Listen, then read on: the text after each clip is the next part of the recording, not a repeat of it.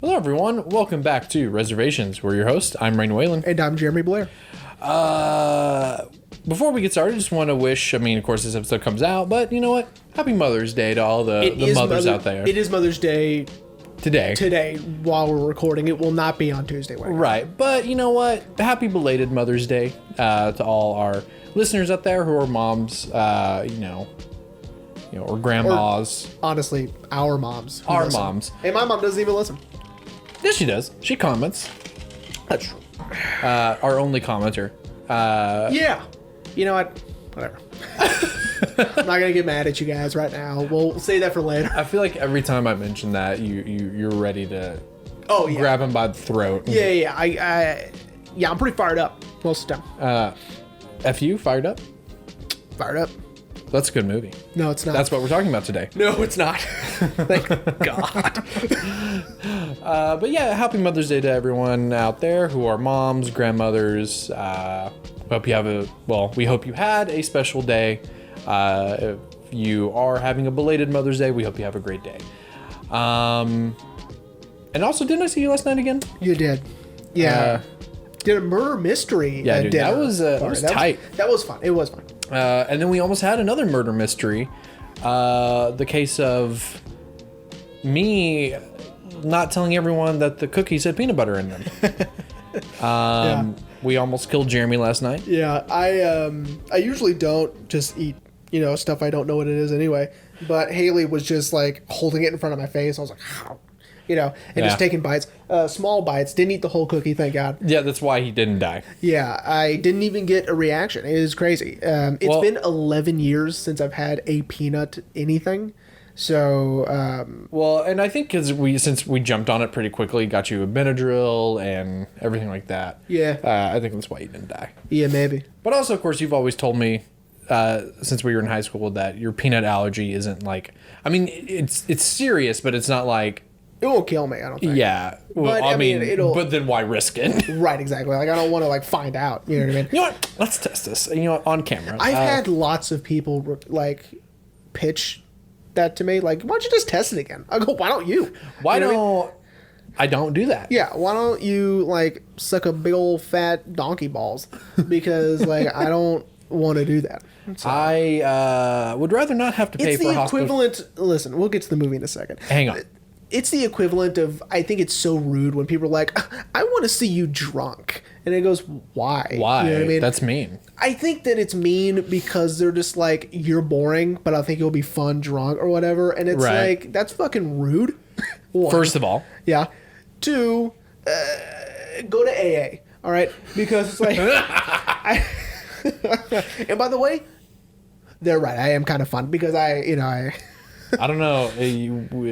All the stories you've told me, you just drink in Amazon. I do, but that's when I'm by myself. I drink in Amazon. And friends Amazon. don't let friends drink in Amazon. Because then you end up with weird shit. Oh my God, dude. I bought a lot of stuff. I own the complete box set of Hell on Wheels on DVD. Why? I don't know. I heard that was not even that good of a show. I think it was on sale, and I was like, oh, that's cheaper than I thought it was going to be. There's probably a reason why it was so cheap. Yeah, maybe. It's not even on Blu-ray. They make it on Blu-ray. So what you're saying is you have a worthless format? This DVD is dead? Yeah, actually, people buy DVDs still more than they buy Blu-rays and 4Ks. It's true. No. Blu-ray or 4K? Well, of course, but that's for us. For the layman or for the novice film watcher, they don't give a shit. Layman? Oh, God. Anyway. Should have put ice in this thing. It's loud. Yeah. Had a lot of fun. Almost killed you. Yep. Now on to the movie. Yep. So if you listened to last week, which I hope everyone actually liked last week, I did. Love talking about that movie. Movie was tight. Yeah. But this week, I finally pulled a U and recommended a classic. Yeah. A movie widely considered to be one of... there's many greatest films ever made, but considered one of the greatest films ever made, and that is 1950's Sunset Boulevard. I talked about it a little bit last week, but this movie, and I didn't really realize it until rewatching it, that it's so meta for 1950. Yeah, I think it's just because it takes place in Hollywood. It takes place modern day. Yeah, modern day for them. Right, modern day for them, Hollywood. And there are people in the industry in the movie, right? Yeah. So, and, you know, we'll dive into this like a whole bunch. But, I mean, the fact that it's Gloria Swanson anyway. Dude, and right? she crushes it. And the fact that, you know, she is basically playing a version of herself. Yeah. Because this was her career path also. Yes. So those pictures in her house, those are all really her from her silent film days. When she says that Paramount wouldn't be Paramount without her, that's true of Gloria Swanson, right? Yeah. And the fact that it's a Paramount film, that part of the movie takes place on the Paramount lot, is also kind of, you know, trippy. So yes, I get what you mean, because it is very, you know, it's a showbiz movie. Yeah, it's a movie about kind of the inner workings of Hollywood, and especially during this time. So I guess we're just gonna go ahead and jump right into it. Yeah. You know, especially during this time, it's the 1950s. Talkies have reigned supreme now. People are now watching, as Norma puts it, they're watching with their ears. Hearing the sound because, of course, as we mentioned in the Chaplin episode, silent films were also reigning supreme. Pretty obsolete by this point. Well, of course. But, I mean, even by 1940, they don't exist, right? Chaplin was the only one still doing it up until that point. That was when he stopped. Yeah, because, as we mentioned in that episode, the only reason why he would is because the tramp couldn't talk. Right. But anyway. And so, you know, and so we have this story of a forgotten silent film star who has become jaded towards, at this point, this is New Hollywood. Of course, the 1970s would bring in another wave of New Hollywood. But anyway, she's very jaded towards New Hollywood because talkies are a thing. Because I think we touched on it in the Chaplin episode, when talkies became a thing, a lot of these silent film stars, directors, well, not directors, but their voices never matched. Well, and they could do it. It's not like they couldn't, right? It's, you know, a lot of the first actors ever in motion pictures were stage actors. And so it's not like they've never spoken dialogue before. Right. But it is strange to sort of put this sensibility that they're so used to in this sort of, this routine way of filmmaking that they've gotten used to where now it's completely different. Now we have scripts with dialogue. We have, you know, they're going to hear our voices, right? This isn't the kind of stories we're used to making. Right. And so a lot of these guys were left behind because now not only are they not used to it, the public definitely isn't. And so hearing the tramp talk would be weird because they're not used to it. Right. And it doesn't fit with the character and it doesn't fit with the film, right? But they don't want to sit in silence with a piano player if they don't have to now, because they don't have to. Now they have an option to go see a film with music and dialogue, right? So a lot of these people just got left behind. And in our movie, Norma Desmond had been left behind. Hollywood had basically forgotten her, but she still clings to this idea of, well, one day the movies will want me back, which is very fitting for Gloria Swanson, who is playing the character, because this was her comeback from the silent film days. But unlike her character, she fully accepted the fact that Hollywood had moved on from her. And she was okay with that. Or at least from silent films. Yes. And she was okay with that. and I think that's what makes her performance so great is the contrast between Gloria and the character of Norma, because Norma hasn't accepted that Hollywood's moved on. And it's, visually represented by how she lives. She's a recluse, right? Yes. So when she's constantly living inside, her hopes and dreams become delusions. Yes. Right? Which is what ends up happening, right? Right, yes. And I would like to point out Max, her servant, her first husband. Yes. Is beautifully parodied in the film Cats Don't Dance. If you've ever seen Cats Don't Dance. Oh my God.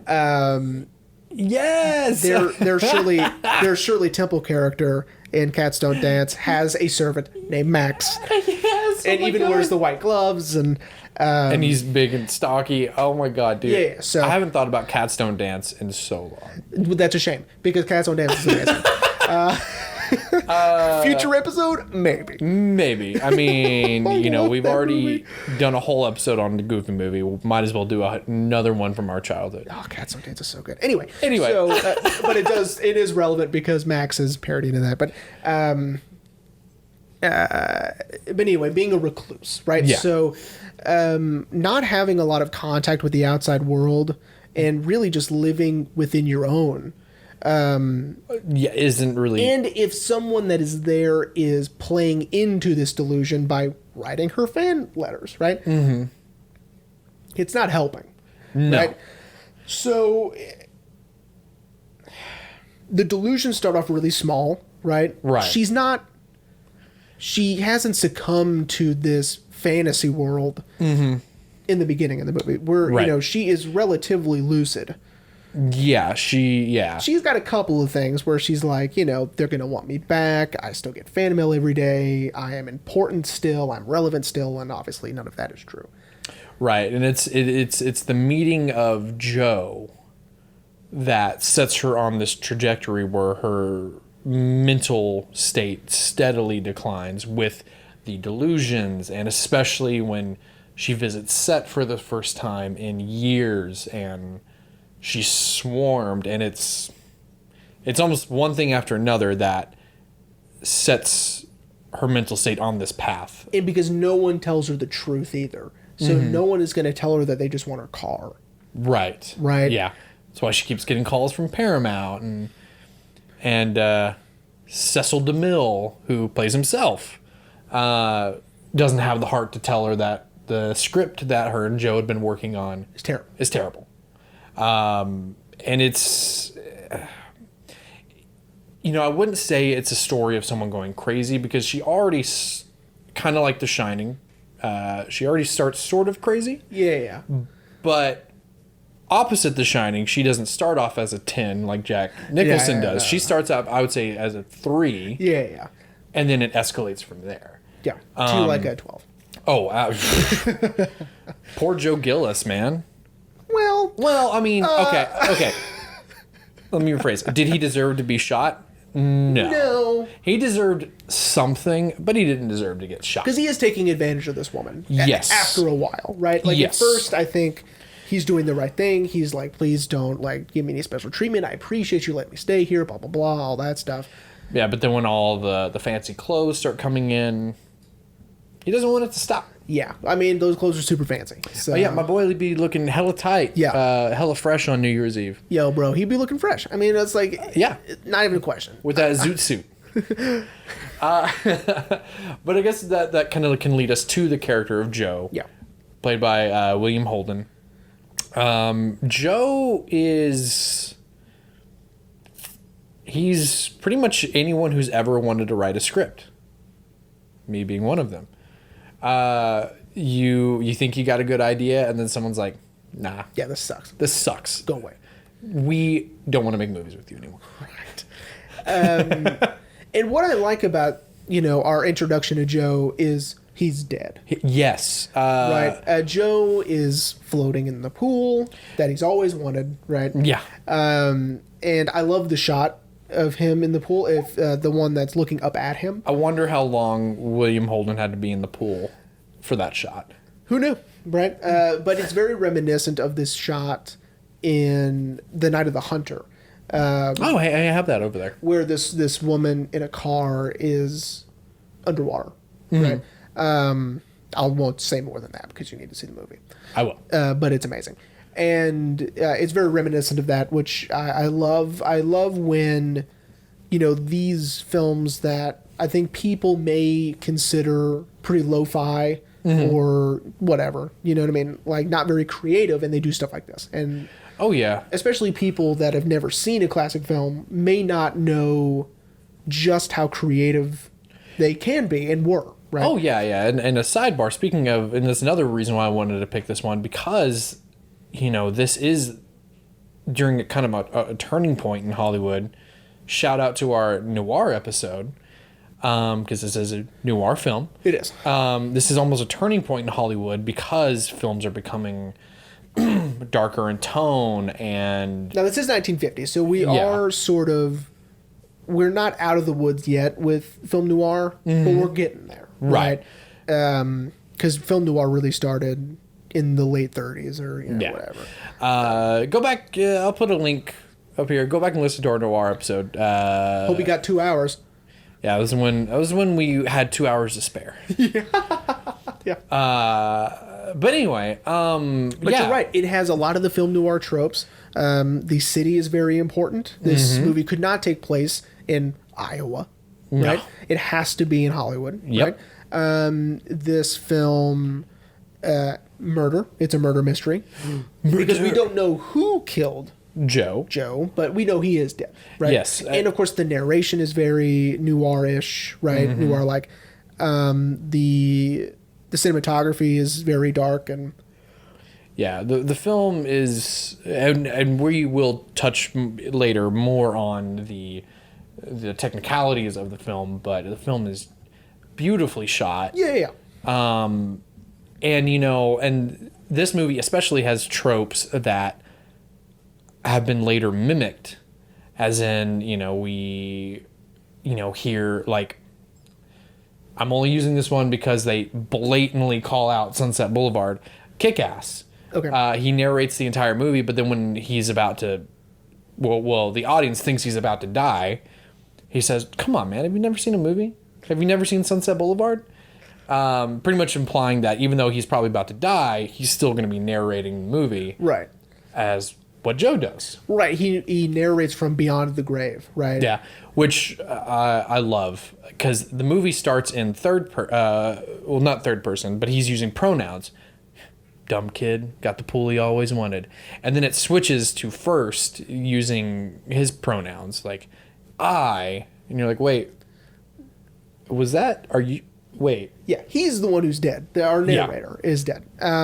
Which is especially when we see everything that happens and we get back to the beginning, and he even says, "And this is where you came in." And it's like, so good. Yeah. So good, but in Sunset Boulevard really captured something with this narration and showing us the end, even as we've made it blatantly obvious, we're big American Dad fans. There's a whole episode where they essentially do Sunset Boulevard. Yeah. Steve and his Jell-O pool. Yeah. And it's Sunset Boulevard just with American Dad and more jokes. Right. But yeah, and I just love it, man. Again, as I've said on the podcast before, I love an unreliable narrator, but Joe is not unreliable. But he's not alive. He's not alive, though. Right.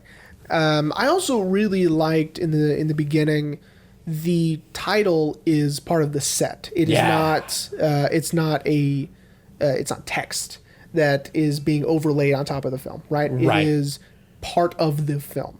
Yes, which I love. Yeah, we see which is how Mulholland Drive does it. Yeah, we see the street name on the curb. And then again when he gets to the house. Yes. Which is so rad. I love it. It's how Apocalypse Now does it near the end of the film, where he goes to that island where where he's to rescue the colonel or whatever. Right. Don't remember if it was a colonel or not. Sorry. And it says Apocalypse Now, like graffitied on one of the rocks, right? Because he was told it has to be there. He can't just not have a title at all, right? Right. But I just love it when they use set pieces. Oh, yeah. And to show you the title. And also, if anyone doesn't know, Sunset Boulevard is a street in LA. Most of Hollywood's elite live on that street. I guess. I don't know. I don't know about anymore. Yeah, probably not anymore. And coincidentally, our house, isn't even on Sunset Boulevard. It's on a completely different street. But don't tell anybody. Oh no. But they did some good trickery that you think it is. Right. But anyway, yeah, so do I, man. Like I always love it when a film does that, where they use the set piece to give us our title. Yeah. Without flashing it on the screen or anything like that. But yeah, man. But so Joe, like I said, he didn't deserve to get shot, but Joe, he needed something, because my man, he's dodging creditors trying to take his car. That sweet ass coupe. And he can't pitch a movie to save his life. So this is what's really interesting, is that maybe in the very beginning you think that eventually he will either be asked to go see Norma or be handed a script to look at that's from Norma, or finally get one greenlit and want Norma, but Norma he only meets her on accident. Yeah. It's completely coincidental that he even drives to that house in the first place. Yeah. Yeah, I was kind of misremembering. I was telling someone about it. I was like, yeah, we're going to do Sunset Boulevard. And I was misremembering because how the film starts and how it's progressed before this point. You think exactly that. You think that something's going to bring them together. Right. You think that part of the narrative will be them having to meet each other for their jobs, for show business. Right. And it doesn't end up being that way. As where it's a highly implausible car chase where the creditors just happen to see Joe. Like, there's no way. Like, what is this? What is this? Home Alone 2 Lost in New York writing, where they only think there's 300 people in New York? Oh my god. Anyway, yeah, and then they chase Joe, and he somehow loses them, and it's like, oh, hey, an empty garage. Oh, flat tire. Oops. Right. Oops, flat tire. And then... And I think originally he chooses that home because it looks abandoned. Yes, because Norma hasn't kept it up. I said to myself, didn't write it down, but I was like, oh, it's like Grey Gardens. Like, he shows up and it's like this... It's like this dilapidated house, but people still live there. Oh my god, it is, dude. Yeah. Watch Grey Gardens. Or if you don't want to be bummed out, watch Documentary Now's parody of it with Bill Hader and Fred Armisen. I guess so it's the same, but have you never seen Documentary Now? Yeah. Oh, okay, yeah. But I guess it's the same concept. You'll get whatever you need to for this, analogy. Yes. But yeah, well, and to a T too, also, because even Norma acts like... Yes, and Haley was crocheting next to me while we were watching the movie, and she goes, wow, why is she talking like that? And I thought about it, and I said, it's because she's always performing. Yes. She's never genuinely herself. I think her life has become this performance that she needs to live up to what she believes is people's expectations of her. Yes. She needs to be this very over-the-top, outlandish, larger-than-life person, even if that might not be true. Yeah. Excuse me, everyone. I 100% agree, because, she, as we mentioned, in terms of her mental state, she starts out at a 3, sort of maybe not fully grasping reality, but she's lucid enough. Yeah. But yeah, she talks with this very in her mind, very elegant It's very theatrical. voice, and She's almost using, which is very ironic, the mid-Atlantic accent, which is the fake accent that's part American, part British, right? That actors would use for their performances during the 50s and 40s, and which is ironic because she wouldn't know anything about that because right because she wouldn't have had to talk for most of that, right, and she hates Hollywood now, so why would she see a movie, right? Right. She only watches her movies. So it's very interesting, and it might be because this film is being filmed during that time, Right. that she's putting on, that Gloria Swanson is putting on a mid-Atlantic accent for Norma Desmond for her very theatrical, which would be technically a mistake. Yes. On a, timeline standpoint. Which is a fun little goof, I guess, if that's even true. Yeah. It could have been just Norma was like, I think her voice would sound like this. Yes. And right, I think she would be very over the top and very theatrical. Well, yeah, because when we meet her, she's wearing sunglasses inside. Yeah. Which is still tight as hell. I mean, yeah, it's still super rad. So anyone who wears sunglasses inside, you're super cool. So that never goes away. And then Joe, so it's all accidental that puts Joe and Norma together. Especially him getting confused for, I guess, a funeral home guy to bury her pet monkey. Yes, she does have a monkey, and the monkey is dead. That is correct. Yeah, and that's also sort of just a coincidence that that monkey just so happened to just pass away. Right. Yeah. At least I hope so. I hope it wasn't like a month or so ago. Right. And she just kind of kept him there. Now, I do want to jump a little bit ahead. That's all right. That's all right. This is your show. Thank you. This is, I think, my favorite little nod to both Gloria Swanson's career and silent film in general. Okay. Buster Keaton is playing cards with her. He is one of her actor friends who is playing cards at the card table. And there is a wonderful documentary about Buster Keaton and his career.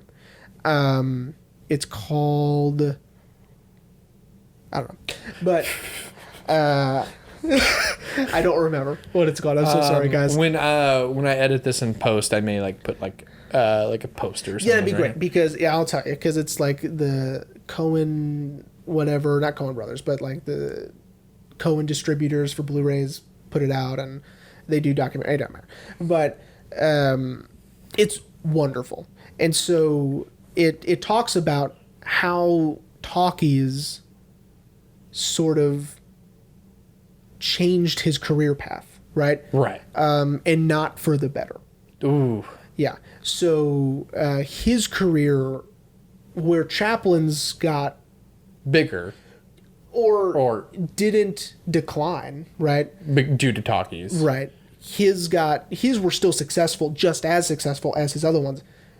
Keaton, no, Keaton did not, right? Okay. And so the fact that he's there at the table, the fact that this is Gloria Swanson's, Norma Desmond's trajectory, her career, it makes sense. Where Buster still worked for a while in talkies, right? Not extremely successful, right? And they weren't very good. Oh, yeah. Because after a while, you know what? It doesn't matter. See the documentary. He stopped making his own movies, right? Which is a mistake, but that's fine. He didn't sign with United Artists when Chaplin asked him to. He stayed with another production company, and they screwed him and blah, blah, blah, that stuff. So Chaplin was like, I told you. Yeah, exactly. And so the fact that Buster's there. He's the one who said pass, right? Yeah. Okay. He doesn't really talk, really, which is... Makes sense. Right. But he does have dialogue. And this would be 2 years before he would be in Charlie Chaplin's last American film, Limelight. I got that on my wish list. It's amazing. So Keaton is in that with Chaplin in the scene together. And they're doing these very traditional silent film tropes in this talkie. And it's hysterical and it's wonderful. And, they're perfect together, right? Yeah. So he's not out of the woods yet. He's still working. Right. But if you're at all familiar with his career, his presence being there is more powerful because you know that he went through a similar thing, not quite as dramatic, but a similar thing that Norman Desmond is going through. Okay. Yeah. In the sense of relevance in Hollywood. So it's almost like maybe we should start a counter for it, but a meta reference within a meta reference sort of thing. I suppose. Because, we're already, the film as a whole is I had the word because I didn't want to say meta again. But it's essentially a commentary. There we go. A commentary on how 1950s Hollywood treated silent film stars. And then in this one scene, how these... Or for sure how 30s filmmaking and 40s filmmaking, the way they treated them, where they ended up. Right. Because again, it's hard to explain, but as soon as talkies became a thing, it's almost like, no one wanted to see a silent film ever again. Right. Which is hard to imagine, but it was a pretty fast transition. Right. Mm-hmm. It didn't happen in a year, but it was pretty quick. Right. So Buster being there is extremely relevant and a little heartbreaking, right? Because they're almost kind of saying... And I don't remember if the other two were... I just love Buster Keaton, so that's why I just bring up Buster Keaton. But the other two also might have been silent film actors also. Yeah, I mean, I should have checked the... I should have also checked the credits. Sorry, everyone. Because, there's a little part at the end of the credits that says, as themselves. Right. I didn't see Buster's name on there, but... He might not have been credited, right? Oh, yeah. Because it was kind of just like a cameo. Well, no. He's credited at the beginning. Oh, is it? During the opening scroll... it's not scroll, but during the opening credits. Oh, I might have been writing. His name pops up. Okay, I missed that. But, I must have been writing something down. But speaking of Chaplin... Oh, yeah. What's really fun, and that I just love, that she does a little... Tramp. A little Chaplin performance for Joe, right? Uh-huh. Complete with hat, mustache, and cane and everything. I mean, it's great. Well, and it's, again, another... Again, I think I should start a counter. Again, another meta reference within a meta film, because Gloria Swanson was acting... during the Tramp's rise. Not sure if they knew each other or not, but yes. And so Chaplin was the biggest star in Hollywood during her time in so it's almost like, of course she would know. Of course, everyone knew who he was. How to do a full... And it's almost like, a full routine, absolutely. Yeah. But it's almost like she doesn't want to perform one of her things, because it's almost like she wants him to realize how good silent films were. So let me show you the best. Right. And in her opinion, and my opinion, that would be Chaplin. Right. Yeah, and she even had the bendable cane. It's wonderful. And she killed it. The only thing she really needed was the big floppy shoes. Yeah. But other than that, I mean... It was pretty great. It's cool that she had that stuff. I wonder if maybe Billy Wilder, the director... was like, all right, Gloria, and then for this scene, you're going to mimic Charlie Chaplin. She's like, I got it. I got this. Yeah. Billy Wilder is amazing, by the way. Yeah. He's a legend in Hollywood and in filmmaking. Oh, yeah. And so, but I love, and I completely forgot about that sequence. And so when it started happening, I was like, oh my God. I forgot about the romantic subplot between him and the reader, right? I completely forgot about that. And if it weren't for making Norma jealous, I would have done without it. I could have definitely done without it. Oh, him and Betty. Yeah, without Joe and Betty. I didn't really like it. And 2021 eyes, that's gross because she's super young. So, how old is? Barely 21, I think. Oh yeah, and he's like at least in his 30s, or at least 40. I mean, he's William Holden. He's old. Oh yeah. You know. Yeah, I'd say I didn't even think about that. The only gross part I thought about is that he's hitting on an engaged woman. Oh, and she's engaged. That's also true. But she was one. But she, I guess, I don't know. I don't like it. I don't like the whole thing. But the fact that it does play into the end, it has to be there. So yeah, well, and I kind of agree a little bit because like they set it up to be that Joe's gonna eventually leave Norma for Betty, and I was like, oh okay. But then he intentionally breaks Betty's heart. Yeah. And leaves Norma anyway. Yeah. Leaves. He plans to leave. But she's like, no, you're going to leave this life, my guy. But no, but it just makes, not necessarily, it just, like, I don't get then why set it up. Why have this subplot if he's just going to intentionally get her away from him, push her away, and then leave Norma anyway, right? Especially after the speech he gives, like, I know it's not the most admirable thing, but you know, I've got custom made shoes and 18 suits and this and that, and it's just like, then why do all this? Right. Like, I don't know. I don't know either, but I'm sure there's a reason for it. Here's what's also really interesting about this film is the suicide subplot with Norma Desmond. It's explicit. Yeah. Because we hear Max say that there's been attempts because... So that's why there's no locks on the doors, right? Yes. And then when they have a fight on New Year's Eve and Joe leaves, she tries to kill herself. Yep. Yeah, and it's very explicit that she will do it again. Yeah, and the fact, I mean, I haven't seen many classic films that deal with suicide like this, and so it's sort of jarring because you're like, oh, you know, especially this is during the code, right? Oh, like, yeah. I didn't know they could do that. I didn't realize that they could even show her with the bandages on her arms and even say, I tried to kill myself, right? It was sort of odd because you would think that wouldn't be allowed during the production codes. And this was 1950. They were being enforced. Yeah, very, you gotta kind of gloss over everything, you know? Yeah, but also, just like the MPAA, it's like they pick and choose when to enforce it, right? Because this is a showbiz film. Oh. Right? Showbiz film? Oh. Do whatever you want. Oh, yeah, really show how bad actors really got it. Yeah, because it's like, oh, cool, you got Cecil in this thing? Hell yeah. Hell yeah.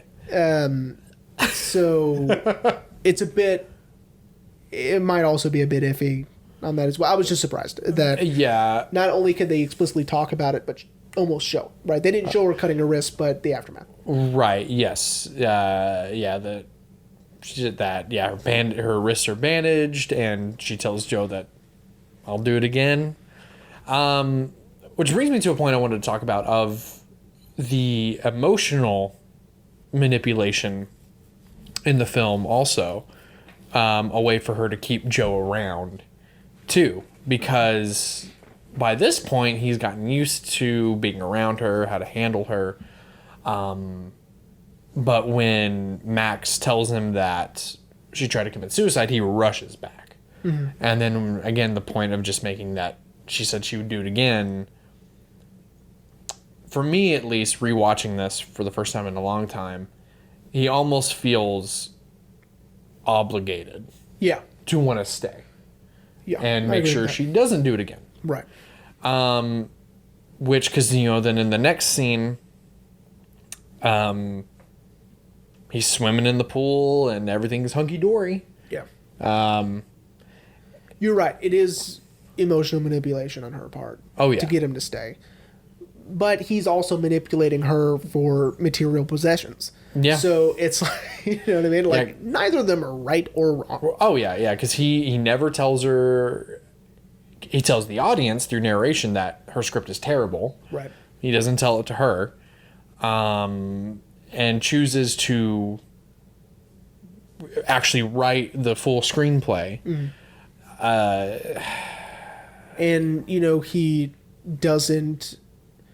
Probably because Max would kill him, but he's not going to tell her about the fan letters. He's not going to... Well, he does eventually, but he doesn't tell her about the car. That's why Paramount wanted her. I don't think he ever told her that. No, he does. He does. At the very end, okay. when he's packing up his shit and I must have forgotten about that. He finally just tells her everything. Yeah. Because then he tries to get Max on his side.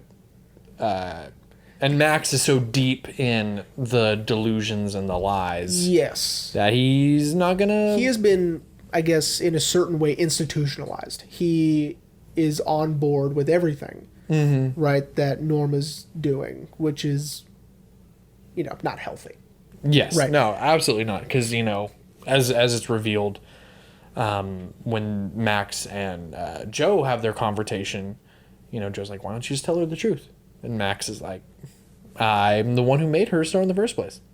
I'm not going to see that fall. Yeah.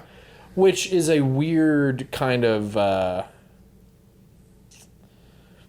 I'm trying to think of the right word. I think it was I almost laughed when Max reveals he was her first husband. Oh, yeah. It was very dramatic. I was her first husband. Bum, bum, bum. Yeah. Right. That, I think it's because it's so cliche now that's why it made me, like, chuckle a little bit. But it makes sense. It makes sense why he... It doesn't make sense why he stuck around, but it does make sense why he doesn't want to break this delusion, right? Why make life worse for himself? It's almost like shit. I had it, man. Damn it, I had it. Hand. Give me a second. I'll find it again. It's almost like he's invested so much time in her that he doesn't want to. That if anything breaks the investment, well, I've just wasted all this time now. Right. He doesn't want to have wasted his time. That makes sense. Yeah, at least that's how I interpret it, especially when he tells Joe that, you know, I'm the one who made her a star. I directed all of her early films. You know, it may be humiliating to you why I came back, but, you know, and it's very obvious that he, in some form, Max cares for her. But again, I think it all, you know, using the term investment again, he's just invested so much time in building her career that it's like, well, if the illusion breaks... Well, and it also plays into how irrelevant both of them now are. That right. Not only is she a has-been, he was a director. And no one knows, yeah, when they roll up the Paramount... No one knows who he is. Yeah. It takes an old-ass security guard to know, like, oh, that's Norma Desmond, let her in. Yeah, and no one knows who Max is, right? Yeah. The fact that he was a film director and directed movies she was in that made her famous, which means they were successful, is so odd, right? Yes. That really, Hollywood has really left these guys behind. Yes. Yeah, especially when, you know, when Max also tells Joe that there were 3 directors who... I lost the line, but essentially that they were the ones who really kind of molded everything. Cecil DeMille, another one, and then Max von, whatever Max's last name is.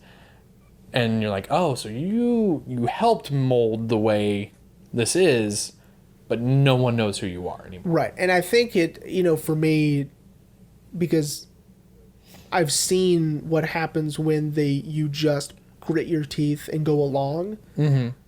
You can still be there, right? So it's almost like they were just unwilling to change. Yeah. Right? They were unwilling to try to make a film in sound, right? Right. Or, you know, compromising the way you make films. Right. It's almost like they were unwilling to do that. Therefore, well, then you deserve not to be in this business because you're not willing to try. Right. Is what it seemed like to me, the audience. Well, and you know, that's also, you know, a big thing in shout out to the beginning of this season, Hollywood, Once Upon a Time in Hollywood. If you're not, Jake has to learn how to adapt to the changing times. Yeah. Otherwise, as his fear, I'll become a has-been. Right. And he finally embraces the change, as we talked about, or I think we talked about. It's implied, at least.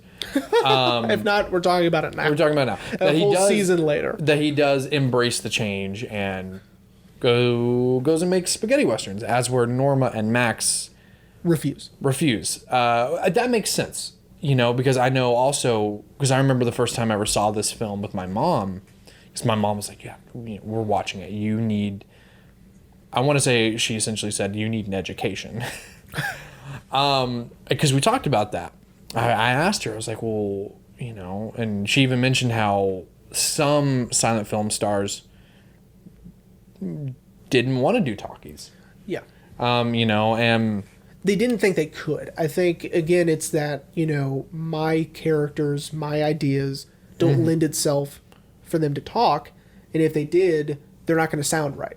Right. It's that fear as well. Yeah. And so that makes sense, because also the other big, this is human history. If you're not willing to change, you will be left behind, and that's further evidenced when she first shows Joe her script. And he's like, oh, a comeback, eh? And she's like, I hate that word. It's a return. Implying that she just took a break, but she's coming back. When, in fact, it is a comeback. Which, again, another reference, as I mentioned at the beginning, this was Gloria Swanson's comeback. Right. But that wouldn't have bothered her. Yeah, well, yeah. She's like, oh, comeback? All right. Now, let's go. Gloria, Norma Desmond and LL Cool J have very similar ideas about the word comeback. Don't call it a comeback. All right. Sorry. You said it so many times, and that's all I could think about was LL Cool J. Anyway, so when they go to visit the set. Yes, which again, super cool that Paramount was like, yeah, like show our front gates. Try to get a movie studio to do that now, and it's virtually impossible. Like, no, don't show people what we're doing. What do you think this is? What do you think this is, a Miramax picture for Kevin Smith? Shout out Jay and Silent Bob Show. I hate you so much. So when they go to visit set and they finally get onto set, and I love Cecil B. DeMille's reveal, right? Because it's like an intern, like an associate producer, maybe. It's getting to him, and once it finally gets to him, you're like, hey, that's Cecil B. That's really him. Oh, and I read that apparently the movie he's filming was legitimately a movie he was filming. I wonder if they just called him up like, hey, we're coming to set. We got to, we're doing this. How many extra film cameras can you fit in there? And he was probably like, bro, I got you, fam. Like 4. He's like, you got it. 4. And like 2 extras. Yeah. Got it. You got it. Yeah. And it's very almost kind of Hitchcockian, his reveal. He turns. Because we just see the back of his head and he turns. Yeah. And I guess it's for like the audience who at that time have seen a bunch of his movies. Right. Are just like, oh my God, that's Cecil B. DeMille. That's Cecil B. DeMille. What? It's kind of like when, well, this isn't a great example because it's not in English, but Fritz Lang is in a Louise Buñuel film, right, as Fritz Lang. Right? Oh, yeah. And so it's sort of like that, where you're like, hey, that's Fritz Lang, right? Yeah. Or that's Cecil B. DeMille. Yeah, and because they're like, Norma Desmond? Norma Desmond? What? Oh, she's here about the script. Right. Yeah, and it's super cool that Paramount was cool with it, that they were okay with being like, yeah, like we'll get back to that reveal, but I really like it when, even though these are fictional characters, they're interacting with real world things. Yes. Like, this isn't the best example, but like with Into the Spider-Verse. I was gonna say Hugo, but Hugo. Oh yeah. Shout out to our Hugo episode, but like Into the Spider-Verse, they all have Sony products. Oh right. But of course, it's a they fucked up because that means that in that reality, Sony actually exists. And then, in Miles's reality, Stan Lee also exists. Right, and is like working at that place. Which is a fun cameo. But yeah. So I really like when they take this fictional world and they put real world things. Again, shout out to our Hugo episode, because that's what that whole movie is, a fictional character interacting with a very real person. A very real person. So I really like that. I really like that Paramount was like, yeah, like Cecil's filming in here, just be mindful because he's making us a picture. Yeah. I love that. But yeah, and so then we get more added onto Norma's delusions with all of this. Because not only is, I think the audience is going to expect them to set her straight, right? Right. We want your car. Your script is terrible. But instead, she gets swooned by fans, right? Mm-hmm. The lighting operator knows who she is, probably worked on a couple of her movies, shines the spotlight on her, right? Literally. Mm-hmm.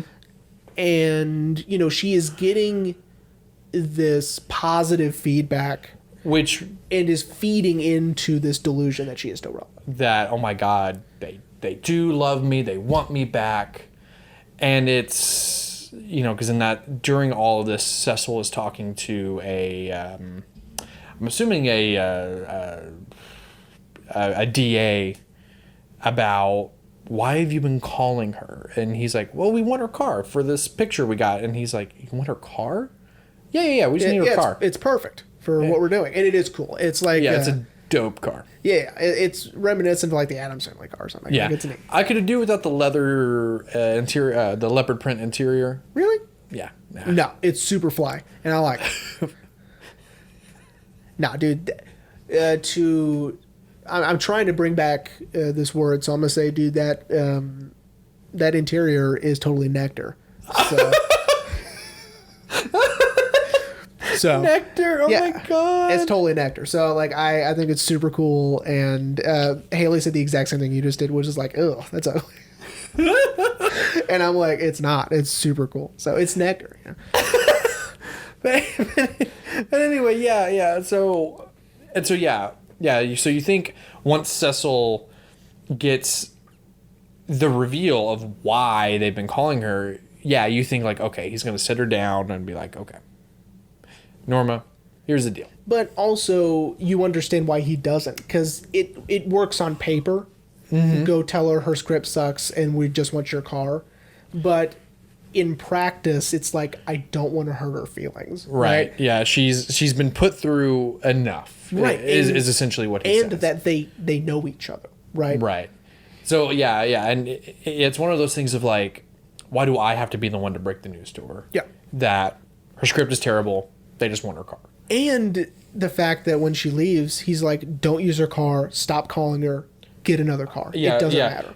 I love what he says. Tell Cole I'll buy him 5 cars. Yeah. Because he's just like... it's not worth dealing with her. Right. Right, yeah, because I even think he recognizes she is so far into her own delusion. Anything they tell her is going to put her over that edge. Yeah, she's in a fantasy world. And he doesn't want to feed into that. Yeah. I think he sees the danger in that. Yes, but ironically, him not saying anything is still feeding into that. Yes. So Rain. Yes. How dangerous we talking? I'm talking Johnny dangerously. That's not what I meant. I meant we're moving on to the climax of the movie. Oh. Jesus Christ. Shout out to Michael Keaton. Oh my God. Yeah, bruh. Michael Keaton. Oh my God. Johnny dangerously. So future episode. How dangerous can she be? Well, apparently pretty dangerous. Because she first goes overboard with like, okay, now I got to lose weight. I got to get right. I really do like this montage. Yeah, it's super cool to see what it was like in the 50s, how like this how we lose weight. And you could even think maybe it's not even even up to modern day 50s standards, maybe this is still silent film era ways of losing weight and clearing up your skin and all that stuff. It could be like really old school. I don't know enough about it, but it almost seems like, why would she do modern day things? She would most likely do something. Right. It took, I mean, we don't see it, but, you know, she finally, you know, it took a lot for her to finally, like, fix her house up and get the pool working and all that stuff. Yeah. But yeah, the montage is really cool. But yeah, but it's all finally coming to a head because Joe is sneaking out and working on another script with Betty, which has potential. Yeah. According to Betty, because apparently I guess she can tell the difference in a crappy script versus a... And I don't even know if they even have readers anymore. So Probably not. Who knows? Yeah. I guess... maybe that's not their main job anymore. Like, there's no way. Right. Yeah, and so he's been working on this Untitled Lover script, which has potential. Yeah. And Norma's not having any of it. Nope. So she starts resorting to calling, as it's revealed through great exposition, been calling Betty multiple times and freaking her out. Yeah. Because Betty's roommate Connie is like, it's that woman with the weird accent again, or something like that. Yeah. And finally Joe's like, all right, this needs to stop. Yeah. I'm leaving. But I love the reveal of the revolver. Yeah. Because she tells Joe that she went and bought a new revolver today, and she stood in front of her mirror implying, I guess, another suicide attempt, but she couldn't bring herself to do it. And then she sits up and we see the revolver right underneath her arm. Yeah. And it's such a cool reveal. And so, exactly. And so when she gets up to confront him, when she goes back, we know exactly what she's going to get. Right. Yes, because Joe doesn't see it at first. And so she's like, you don't believe me. Because at this point, you know, she has been very dramatic and embellishing. And so she shows it to him and he's still like, man, I don't care. If you kill yourself, I don't care. Yeah, I'm going back to Dayton, the most boring city in Ohio. Yeah. It's pretty much what he says, because, you know, he's taken off his watches that she's bought him and his solid gold cigarette case. Because he's like, that's too flashy for a desk job in Dayton, Ohio. Yeah. And then we get the most iconic scene in the film. She caps Joe a few times. Oh yeah. Once in the back, and I guess Joe just tries to shrug it off because he leans forward and just kind of keeps walking. And then she shoots him again, and that's what makes him kind of turn around. I think it's sort of like, there's no way she just shot me, and then it's like, oh my god, she shot me. Yeah, and then because we already know, because he says in the opening narration, you know, 2 slugs in the back and 1 in the stomach. Yeah. And he turns to look at her, and then that's when she boom. And he falls into the pool. And now we go to my favorite part of the movie, which is she is now so far gone. Yes. And this is the 12. Right. Yes. She is completely far gone. And she has mistaken these news cameras and photographers and police officers for a film set. She thinks Cecil B. DeMille is down there, and that she is finally getting to be back in the spotlight and be back in filmmaking. Yes. And she doesn't, even when the movie ends, she doesn't get it. Yeah, with the most famous line that is always misquoted. Yes, the quote is, "All right, Mr. DeMille, I'm ready for my close-up." Right. And the film ends. Yeah, and of course it's this completely surreal ending of, like, you know, no one is going after her. Everyone is just still, right? And sort of in shock, I guess. Yeah. I was just about to say, almost in shock that she is she doesn't understand why they're there, because, we're seeing the police ask her questions, like, was there an altercation, ma'am? Because they don't even know what happened. Yeah. Dead guy in her pool. Yeah, what's going on with... What's going on? Was he trying to steal something that you caught him? Were you fighting? And she won't answer them. Right.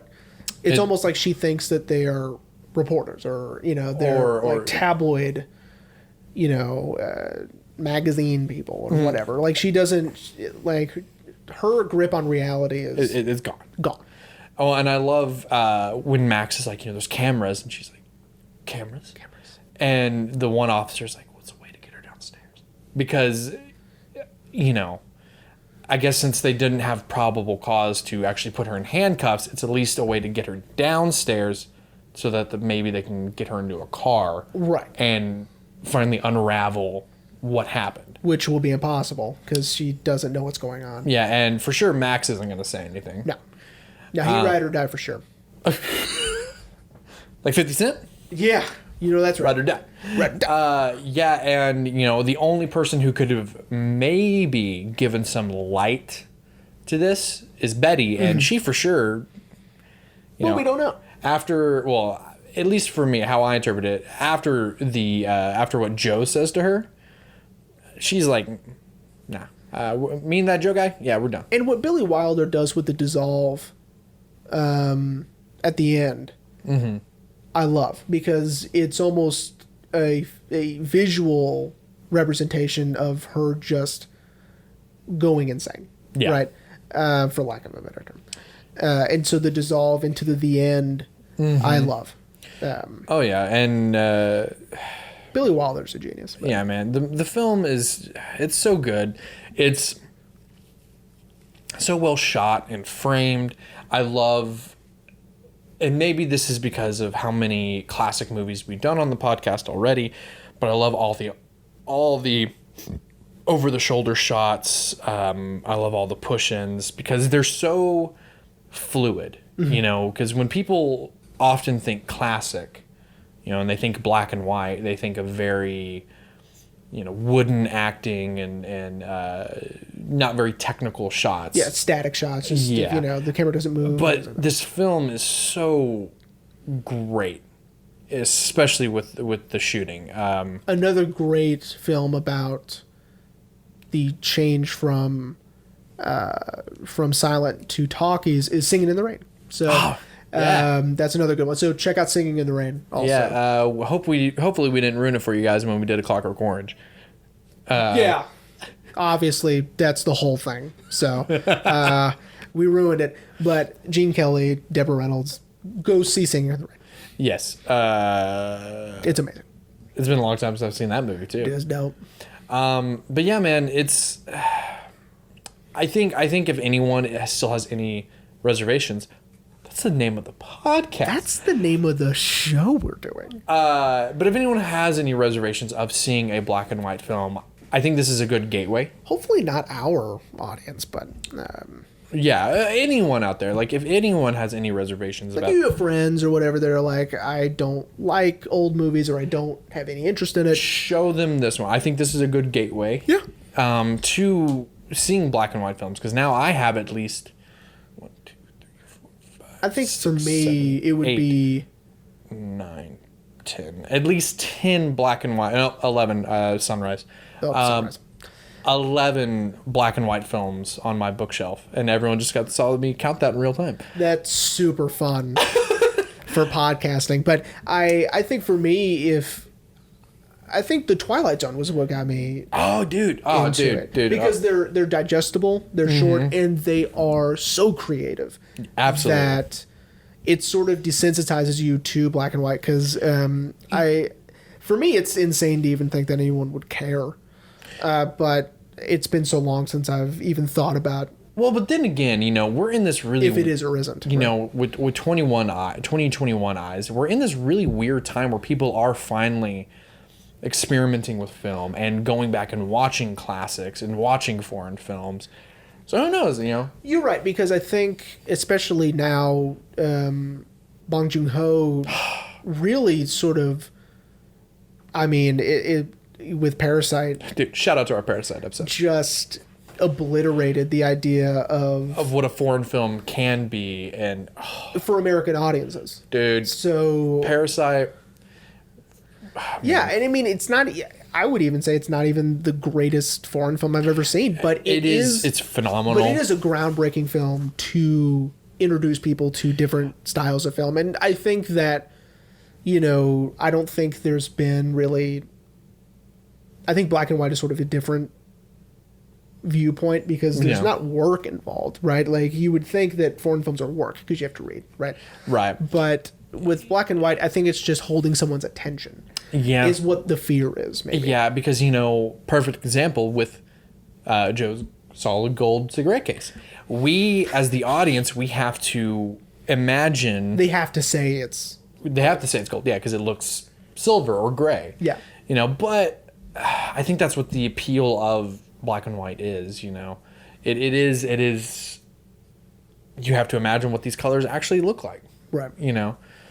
But yeah, man, I think this is a good... Yeah, good choice. Again, if anyone out there, anyone knows, just start with this. So, Jeremy. Yes, sir. Are you ready to wrap up? I am ready to wrap up. This is a great film. This is a great sort of mid-noir film. Yeah. Which is great. I would even say that Norma Desmond is the femme fatale. I was going to ask you that. Because normally I don't like...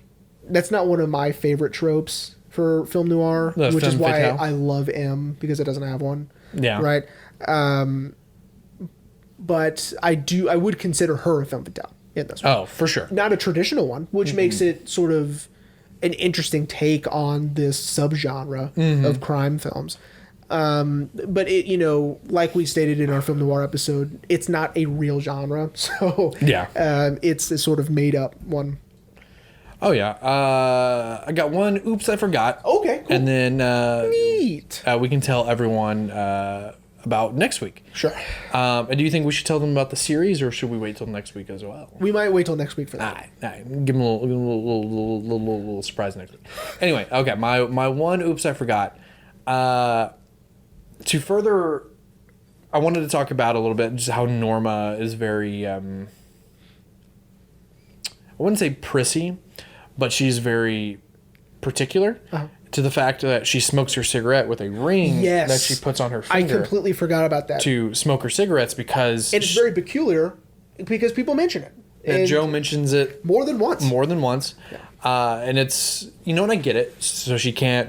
because if anyone out there has smoked cigarettes, the more you smoke, the more the filters in the cigarette yellow your fingernails. Yeah. So as a faded Hollywood actress trying to hold on to her image, she doesn't want to be seen with yellow fingernails. So she puts a ring on so she can smoke her cigarettes. It is very fun. Yeah. It's very unique and very peculiar. Yes. But also smart and practical. Sure. Simultaneously. Yeah, I mean, and you get to still smoke, which is awesome. So smoking is cool. So, I mean, just ask any character that... that Ryan Gosling plays. It's the coolest, right? But he doesn't smoke in Crazy Stupid Love. It doesn't matter. Okay? It's Drive, it's Place Beyond the Pines, it's probably Gangster Squad. I didn't say Gangster Squad, but his coolest character is Smoke. Oh, Only God Forgives. He smokes in that one too. So, all right. Smoking is cool. Go ahead. So, Jeremy. Yes, sir. What are we talking about next week? I'm very excited. Because I didn't want to know. This is my last pick for this season. Yes. Before our end of series. And I was racking my brain. I was like, how sad can I get? Oh, God. Right? And I didn't. I didn't end on a really sad one. Oh, okay. But I wanted to end on one that after years and years of watching this movie, I finally understand it. And you really do have to sort of sit with it and understand the relevance of the title and get why it's done in this certain way and understand all of it, right? Okay. Next week we are talking about No Country for Old Men. Oh, fuck yeah. this is my favorite Coen Brothers film, probably, besides Fargo. And won Best Picture for the films of 2007. Yes. Beat There Will Be Blood, which... Damn, I bet Daniel Day-Lewis was pissed. Which is so funny because No Country for Old Men had to halt filming because they were filming in the same area as There Will Be Blood? As There Will Be Blood, and the fire from one of the scenes that they have to set an oil well on fire, you could see it in the background. And so they're like, we knock it off. We gotta wait for the smoke to die down or whatever. That's fucking funny. Yeah. And it's a Texas film. They mention Odessa in yeah, because that's right. They go to like West Texas. It is in West Texas. They go to Del Rio. Fuck me, dude. Yeah. So one of my little teaser for next week, and then we'll end the episode. One of the things that I always gravitated towards with this film is there's no score. Yeah. It's all dialogue, and I love it. Yes, it's one of the most iconic villains of all time, and Anton Chigurh. Javier Bardem is the fucking man. Okay. Yeah. Dude, I'm so excited. So I'm really like, okay. Yeah. I'm gonna go and say it now because we're almost to the end of this season. Like, this season I have been really excited to talk about a film after I've seen it, but now this is a movie I have already seen, and I am so excited to talk about it. Yeah. Again, because I also love the Coen brothers. Yeah. But yeah, man. Next week, No Country for Old Men. No Country for Old Men. Hell yeah. Yeah. Hell yeah. All right, everyone. Well, we hope you enjoyed Sunset Boulevard, and we will see you next week for No Country for Old Men.